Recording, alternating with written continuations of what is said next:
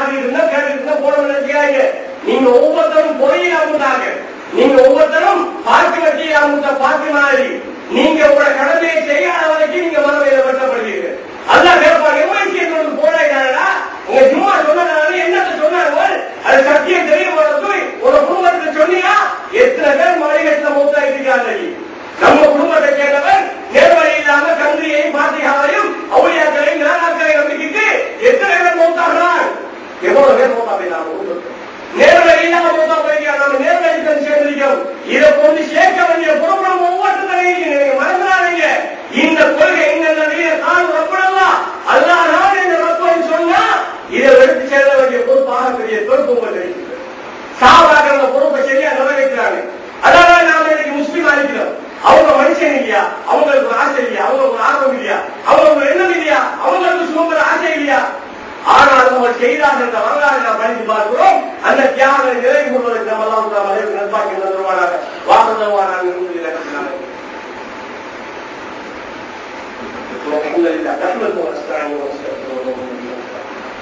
அல்லாஹ்வுடைய நிலையாக இந்த மார்க்கத்தை ஏற்றுக்கிறதுக்காக, அல்லாஹ்வை நம்புறதுக்காக, அதை உறுதியாக இருந்ததுக்காக அந்த சஹாபாக்கள் செஞ்ச தியாகம் உங்களுக்கு தெரியும். அல்லாஹ் அக்பர். ஹஜ்ரத் பிலால் இப்னு ரபாஹ் ரலியல்லாஹு அன்ஹு உங்களுக்கு தெரிஞ்ச சஹாபி. அவர் ஒரு கருப்பு நிறத்து அடிமை, சாதாரணமான குடும்பத்தை சேர்ந்த சகித்திரங்களை பண்ண முடியாது. ஒரு அப்பாவி ஒரு ஏழை இந்த சத்தியத்தை ஏற்றுக்கிறதுக்காக சுடும் மணல்ல போட்டு அவங்களுக்கு மேலே நிற்பாங்களாம் கொள்கை எதிர்ப்பாளர்கள். அப்பவும் அவங்க இந்த கொள்கையை விட உறுதியா இருந்தாங்க. ரொம்ப ஒருத்தர் இந்த விஷயத்தை உறுதியா இருந்தாங்க. இந்த வரலாறு படிச்சு பார்க்கணும். அவங்களுக்கு ஒரு நோய் இல்லையா, அவங்களுக்கு ஒரு ஆசை இல்லையா, அவங்களுக்கு என்ன இல்லையா, மனுஷன் தானே அவங்களும். இந்த கொள்கை அவங்களுக்கு இன்பமாக இருந்துச்சு. இதுல பின்னால கிடைக்க போற சம்ப விஷயங்கள் அவங்களுக்கு பெருசா தெரிஞ்சிச்சு. அந்த விழாவை அவருடைய வாழ்க்கையை பார்க்கணும். அதாவது நெருங்கியார்களே அம்மாரின் யாருக்கு ரலியல்லாஹு அன்ஹு உங்களுக்கு தெரியும். அம்மா ரலியல்லாஹு அன்ஹு பின்னால் கொலை செய்யப்படுகிறார். யாசிர் ரலியல்லாஹு அன்ஹு அப்பா யாசிர் ரலியல்லாஹு அன்ஹு அவங்க எப்படி கொலை செய்யப்படுறாங்க? ரெண்டு ஒட்டகத்தையும் ரெண்டு கவுத்தை கட்டி ரெண்டு காலையும் ரெண்டு விதமா கட்டி ரெண்டு பக்கமும் ரெண்டு வித ஒட்டகத்தை விரட்டுறாங்க. அப்ப கவுரு எப்படி கிழியும்? இந்த கவுரு கூத்து முழுதிக்கு இல்லையா, இது ஒரு ஜோயினு தான். அப்படியே கரெக்டா கருமான சடலா அப்படியே பிஞ்சு போகும். ரெண்டு பக்கமும் ரெண்டு ஒட்டகம் ஒருத்தோட காலை பிடிச்சி இழுத்தா ஒட்டகம் வேணாம், ஒரு விதமான ரெண்டு பேர் ரெண்டு காலை பிடிச்சி இழுத்தாங்க. எப்படியா அந்த மாதிரி அம்மா கொலை செய்யப்பட்டாங்க. இது எதுக்காக? சத்திய மார்க்கத்தை மறுமையை சொல்றதுக்காக, இந்த மார்க்கத்துக்காக நீ ஏற்றுக்கின்ற கொள்கை உட்கார்ந்து அவங்க அப்படி உறுதியா இருந்தாங்க. அவங்களோட பட்டம் பதவி ஆசை உள்ள சுகம் எதுவுமே அவங்க அசைச்சு பார்க்கல. அவங்களும் கொள்கையில உறுதியா இருந்தாங்க பார்க்கிறோம். அதே போல சொல்றேன் குவைப் ரலியல்லாஹு அன்ஹுடைய வரலாறு. அதே போல எத்தனையோ சஹாபாக்களை பார்க்கிறோம், எத்தனையோ சஹாபாக்களின் நிலைமைகளை பார்க்கிறோம். சுப்ஹானல்லாஹ். கவலை பேச வேண்டிய விஷயங்கள். ஹப்பாப் இப்னு அனஸ் ரலியல்லாஹு அன்ஹு, ஹஜ்ரத் ஹப்பாப் ரலியல்லாஹு அன்ஹுடைய சம்பவத்தை பார்த்தினால அவங்க ஹயாத்தோட நிக்கிறாங்க. ஹஜ்ரத் உமர் ரலியல்லாஹு அன்ஹு ஒரு ஏரியாவுக்கு வராங்க. அந்த நேரத்தில் மஸ்ஜிதிலே பள்ளிவாசல் எழுதிட்டு இருந்தாங்க. ஹப்பாப் ரலியல்லாஹு அன்ஹு கேட்டாங்க, உமர் ரலியல்லாஹு அன்ஹு அவங்க, ஹப்பாப் அவர்களே நீங்க இஸ்லாத்துக்காக பல தியாகங்களை செஞ்சது, உங்களோட பழைய சம்பவங்களை சொல்லி காட்டுங்க, நான் ஞாபகப்படுத்துவோம் சொல்றாங்க. அந்த நேரத்தில் தன்னுடைய ஆடையை விலக்கி இப்படி காட்டுகிறார்கள். அவருடைய எலும்பும் இந்த எலும்பும் சதை ஒன்றாக காய்ந்து கருவாடு போல் இருந்தது. காஞ்ச வச்சு கண்டிருக்கிறார், காஞ்ச முள்ளு அது மாதிரி இருந்துச்சு அவரோட உடம்பு. இப்படியே பின்பக்கம் இல்லை. இதை பார்த்து அமீர் மூமின் எவ்வளவு அழுகுறாங்க. என்ன நடந்துச்சு ஹப்பாப் அவர்களே? இந்த நேரம் அமீர் மூமின் அவர்களே, என்னுடைய எஜமானி ஒரு நெருப்பு ஊதி வச்சிருக்கக்கூடிய கொல்லம் பற்றையில் என்ன வேலைக்கு வச்சிருந்தவர். நான் வேலை செஞ்சுக்கிட்டு இருந்தேன். இந்த அல்லாஹ் ரப்பா ஏற்றுக்கிறதுக்காக வேண்டி, நபி ஸல்லல்லாஹு அலைஹி வஸல்லம் அவர்கள் நபியாக ஏற்றுக்கிறதுக்காக வேண்டி அவர் என்ன செய்வார் தெரியுமா? நெருப்பை ஊதி அந்த நெருப்பு கவிழ்வர் பத்தி கொண்டிருக்கக்குள்ள என்ன பிடிச்சி கொண்டு வந்து என்னுடைய இடுப்பு அப்படியே வைப்பார். இந்த இடுப்பு அப்படியே கரைஞ்சு போய் அதனுடைய ரத்தமும் செலவும் ஊனமும் போய்தான் அந்த நெருப்பு அணையும். நான் கிடந்து துடி துடிப்பேன். என்னை பார்த்துட்டு எல்லாரும் சிரிப்பாங்க. நான் ஒண்ணும் செஞ்சிக்க முடியாமல் இருப்பேன். அல்லாஹ் என்ன பாதுகாத்துதான் இந்த வச்சிருக்கிறாங்க. அதை பார்த்து அமீர் மூமின் ரலியல்லாஹு அன்ஹு அழுவாங்க. சுப்ஹானல்லாஹ். இப்படி எல்லாம் இந்த மார்க்கெட்டுக்கு செய்ய ஆரம்பிச்ச உம்மத். அப்படி செஞ்சு வந்து கிடைச்ச மார்க்கம் சத்தியம். இது சும்மா லேசில வந்தது கிடையாது. அதே போல சொல்றேன், வாழ்க்கையில துணியா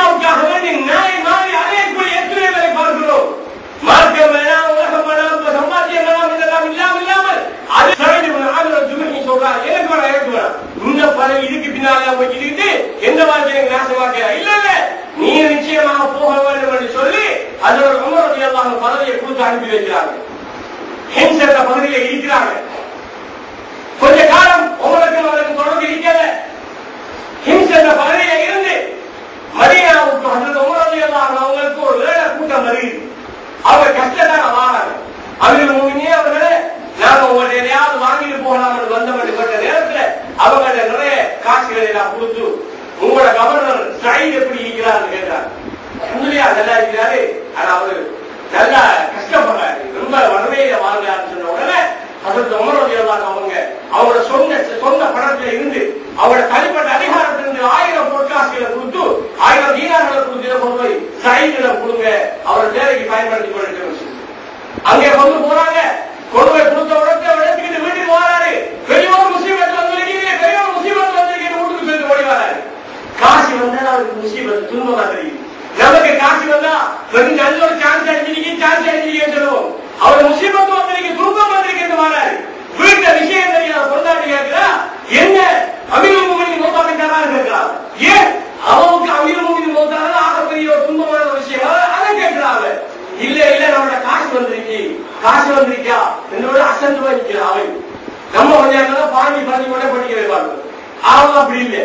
அசந்தோடனே இதை அவன் உடனே அனுமதி கேட்கிறான். உனக்கு எனக்கு சொந்தமானது இதை நான் நல்லாட பாதையில தர்மம் செய்யறதுக்கு எனக்கு அனுமதி யாரையான்னு கேட்கிறார். போல செய்யுங்கன்னு சொல்றாரு.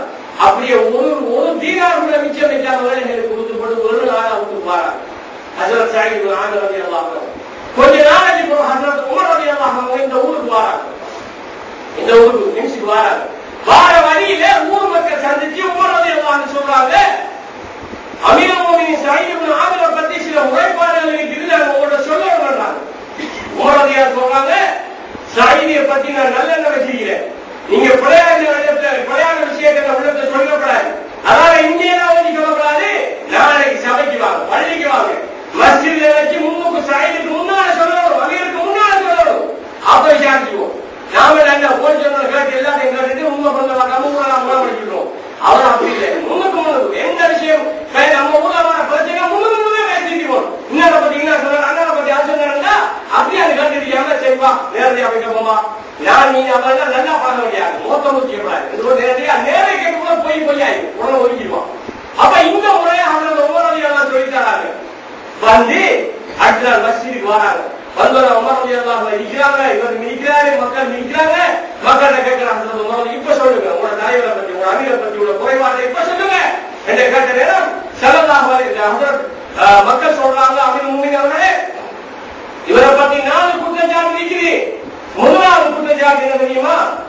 இவர் ஒவ்வொரு நாளும் சுபஹ் தொழுது வீட்டுக்கு போனாருன்னா பகல் வரைக்கும் வெளியே வர மாட்டாரு, எங்க எந்த தேவைக்கு நாங்க கூட வர மாட்டாரு சொல்றாங்க. சரி விஷயம். அடுத்த குற்றச்சாட்டு என்ன? அடுத்த குற்றச்சாட்டு, இவர் இரவு நேரத்தில் நாங்க போய் இவர் அழைச்சோம்னா இவர் எங்களுக்கு வர மாட்டார், எங்களோட பேச்சுக்கு பதில் சொல்ல மாட்டார். மூணாவது குற்றச்சாட்டு என்ன? மாசத்துல ஒரு நாள் இவர் வெளியே வர மாட்டாரு, இவர் சந்திக்கவே இல்லை மாசத்துல ஒரு நாள். நாலாவது குற்றச்சாட்டு, திடீர் அடிக்கடி மயங்கி ஒரு விழுந்துருவாரு, அது எங்களுக்கு பெரிய தர்ம சங்கடமா போயிருக்கு, கஷ்டமா போயிருக்கு, திடீர் மயங்கி விழுந்தாருன்னு சொல்லி போட்டு இந்த மக்கள் குற்றம் சொல்றாங்க. ஹஜ்ரத் உமர் ரலியல்லாஹு அன்ஹு கேட்கிறாங்க, சயீத் அவர்களே, உங்களை பற்றி சொல்ற குற்றச்சாட்டுக்கு பதில் என்ன? நான் சொல்றேன் ஹஜ்ரத் அமீருல் முஃமினீன். முதலாவது சொல்வார்கள், நான் பகல் நேரம் வரைக்கும் வெளியே வாரல என்று. உண்மைதான், நான் வெளியே வாரல. ஏன் வாரலன்னா எங்க வீட்டுல வேலைக்காரங்களா கிடையாது.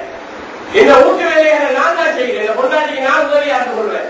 நான் அமீரா இருந்ததுக்கு நான் வேலைக்காரனுக்கு கிளை சம்பளம் நான் கொடுக்கல. என் வீட்டு வேலையை நான் செய்யறேன், பொண்டாட்டிக்கு நான் உதவியா இருக்கேன். அதாவது சுபஹ் தொழுது போனோம்னா நான் பகல் வரைக்கும் வெளியே வர மாட்டேன், துஹர் வரைக்கும் வெளியே வர மாட்டேன். துஹருக்கு புறமுள்ள நேரங்கள்னா நான் மற்ற ஊர்ல காரியங்களை செய்யறேன், பொது காரியங்களை செய்யறது சொல்றேன். நல்ல விஷயங்கள் பாராட்டுறாங்க. இரண்டாவது என்ன? இரவு நேரங்கள்ல இங்க வெளியே வரல. என்ன விஷயம்? இரவு நேரம் அமீருல் முஃமினீன், இது எனக்கும் எங்க ரப்புக்கும் தனிப்பட்ட விஷயம், ரகசியமான விஷயம். நான் இரவில் எழுந்து அல்லாஹ் வணங்குறேன். பகல் காலங்களில் நான் மக்களுக்காக இருக்கிறேன், இரவு காலங்களில் என்னுடைய ரப்புக்காக நான் இருக்கிறேன். எந்த ரப்புடைய நேரத்தில் யாருக்கும் கூட்டலையா? இந்த ரப்ப அழுதி நான் வணங்கும். அதுக்காக வேண்டி நான் இரவு நேரத்தில் வெளியே எந்த தேவைக்கும் எந்த உதவிக்கு நான் வாழ கிடையாது. இது என்னுடைய பொதுவான ஒரு என்ன பொலிச்சி, என்னுடைய பழக்கம் சொல்றேன். நல்ல விஷயம் சொல்லிவிட்டு சொல்றாங்க. மூன்றாவது என்ன? மாசத்துல ஒரு நாள் ஏன் வெளியே வாருங்க. ஆமா, அமீருல் முஃமினீன் மாசத்துல ஒரு நாள் வெளியே வாங்க தெரியுமா? எங்க வீட்டுல 2 உடுப்பு தான், எனக்கு ஒரு உடுப்பு என் கொண்டாட்டி உடுப்பு. அந்த நாளையே நாங்க உள்ளுக்குள்ள மறைவா இருந்து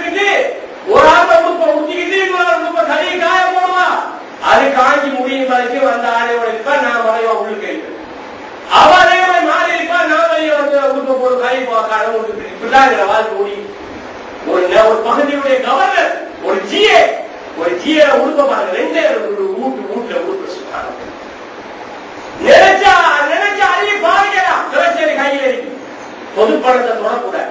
அல்லாஹ்வுக்கு பதில் சொல்லணும். அந்த பொறுப்பு உணர்வு, ஏழைகளை விரும்பக்கூடிய உணர்வு, சுகமோகங்களை தூக்கி எறியக்கூடிய உணர்வு, இந்த சுகமோகங்களுக்கு பகரமான மறுமை அல்லாஹ் நிரந்தரமாக தரணும் என்ற ஆழமான நம்பிக்கை, இந்த நம்பிக்கையோட உறுதி, இந்த உறுதி மாதிரியான சஹாபாக்கள் நிலைமை. நாலாவது குற்றச்சாட்டு, ஏன் நீங்க அடிக்கடி மயங்கி விடுவீங்க? ஆமாம் மூமினீன், நான் ஏன் மயங்கி தெய்வா விடுகிறேன்? ஒரு காலம் நான் இஸ்லாத்தை ஏற்றுக்கொள்வதற்கு முன்னே ஒரு காலம் இருந்தது. அந்த காலத்திலே ஒரு சம்பவம் என்னுடைய வாழ்க்கையிலே நடந்தது. அப்போது நான் உணவுக்கு சிறிய வாலிபனாக இருந்தேன். எங்க ஊர்ல காபத்துல்லா திருவிழா கோலம் பூண்டது. காபத்துல்லாவை விழா கோலமாக ஆக்கினார்கள். என்னடா நிகழ்வு என்று நான் போய் பார்த்தேன். மக்கள் எல்லாம் கூட்டமாக நின்று பார்த்துக் கொண்டிருந்தார்கள். அங்கே உபைத் ரலியல்லாஹு அன்ஹு அவர்களை கொலை செய்வதற்காக வந்து கொண்டு வந்து கட்டி இருக்கிறார்கள். மக்கள் எல்லாம் ஆன கைகட்டி ஆராவரம் பண்ணி கொலை செய்கிற காட்சியை பார்க்க தயாராக இருக்கிறார்கள். நான் பார்த்துக் கொண்டிருந்தேன். அப்போது உபைத் சொன்னார், என்னுடைய ரப்பை வணங்குவதற்கு நீங்கள் எனக்கு ஒரு சந்தர்ப்பம் தாருங்கள் என்று கேட்டார். உடனடியாக கட்டி இருந்த உபைத் அவிழ்த்து விடப்பட்டார். உபைத் போய் 2 ரக்காத்து தொழுதார். தொழுவிட்டு அல்லாஹ்விடம் துஆ செய்தார், யா அல்லாஹ், குறைஷிகளை நீ பார்த்துக்கொள், குறைஷிகளை நீ பார்த்துக்கொள் என்று சொல்லிவிட்டு அவர் வந்தார். வந்துவிட்டு சொன்னார், உங்களுடைய காரியங்களை நீங்கள் நிறைவேற்றுங்கள், உங்களுடைய காரியங்களை நீங்கள் நிறைவேற்றுங்கள். எங்கே மரணத்துக்கு பயந்து தொழில்களை நீட்டிக் கொண்டிருக்கிறேன் என்று நீங்கள் என்னை பற்றி பிழையாக நினைத்தீர்கள் என்று நான் கருதவில்லை என்றால், நான் இன்னும் நீளமாக கொண்டிருக்கேன் என்றால் நான் வந்துவிட்டேன், நீங்கள் உங்களுடைய காரியத்தை நிறைவேற்றுங்கள் என்று உபைத் சொன்னார்.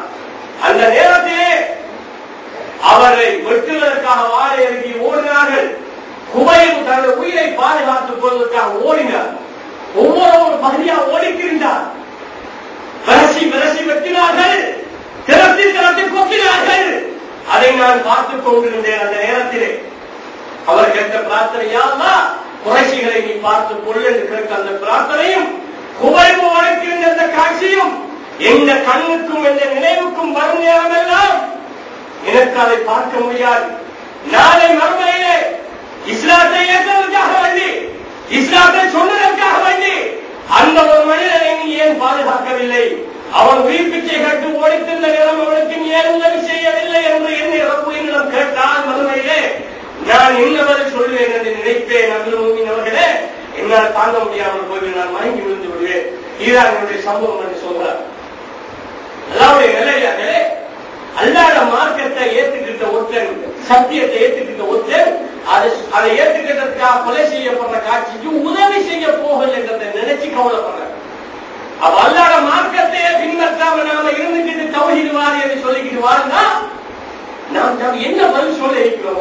அல்லாஹ் சும்மா லேசான வேலை கிடையாது. கலிமா சொல்லிட்டோம், முஸ்லீமாகிட்டோம் என்று நினைக்கிற லேசான வேலை கிடையாது. காவிரிகளாக இருக்கக்கூடிய அந்த மக்கள் இந்த உலகத்தின் இன்பங்கள் அனுபவிச்சுட்டு நாளை மறுமையிலே அங்கே போய் அவர்கள் நஷ்டவாளியானாலும் ஓரளவுக்கு துனியாவையால் அனுபவிச்சான்னு சொல்லலாம். நாம அல்லாஹ்வை ஏற்றுக்கிட்டு உலகத்தையும் சரி அனுபவிக்கிறதில்லை, இந்த ஓகையில மூழ்கிக்கிட்டு ரப்பை பின்பற்றுவதில்லை, மறுமையிலே நஷ்டம் இல்லா. நம்மளை போல நஷ்டவாளிகள் யார் இருக்க முடியும் சொல்றே? கொஞ்சம் நினைச்சு பாருங்க. அதாவது அல்லாஹ்வை நம்புற விஷயத்துல மனுஷனை போல நினைச்சு நம்பாதீங்க. அல்லாஹ்வை ஏற்றுக்கொண்ட விஷயத்துல மனுஷனை போல நினைக்காதீங்க. அவன் கால நேரங்களுக்கெல்லாம் அப்பாற்பட்டவன். அவன் சக்தி நம்மள சக்திக்கு நம்மளோட புத்திக்கெல்லாம் அப்பாற்பட்டவன். அவன் எங்களுக்கு எல்லாத்தையும் தர காத்திருக்கிறார். அவரை உறுதியாக நம்புறதும் அதுல உறுதியாக இருக்கிறதும் அதுக்காக தியாகம் செய்யக்கூடிய மக்கள் அவங்களை மாற்றிக் கொள்வதுதான் மறுமையை நமக்கு வெற்றியை தரும் என்பதை கூறிக்கொண்டு அந்த அல்லாஹ்வை உண்மையாக ஏற்றுக்கொண்டு வாழ்ந்த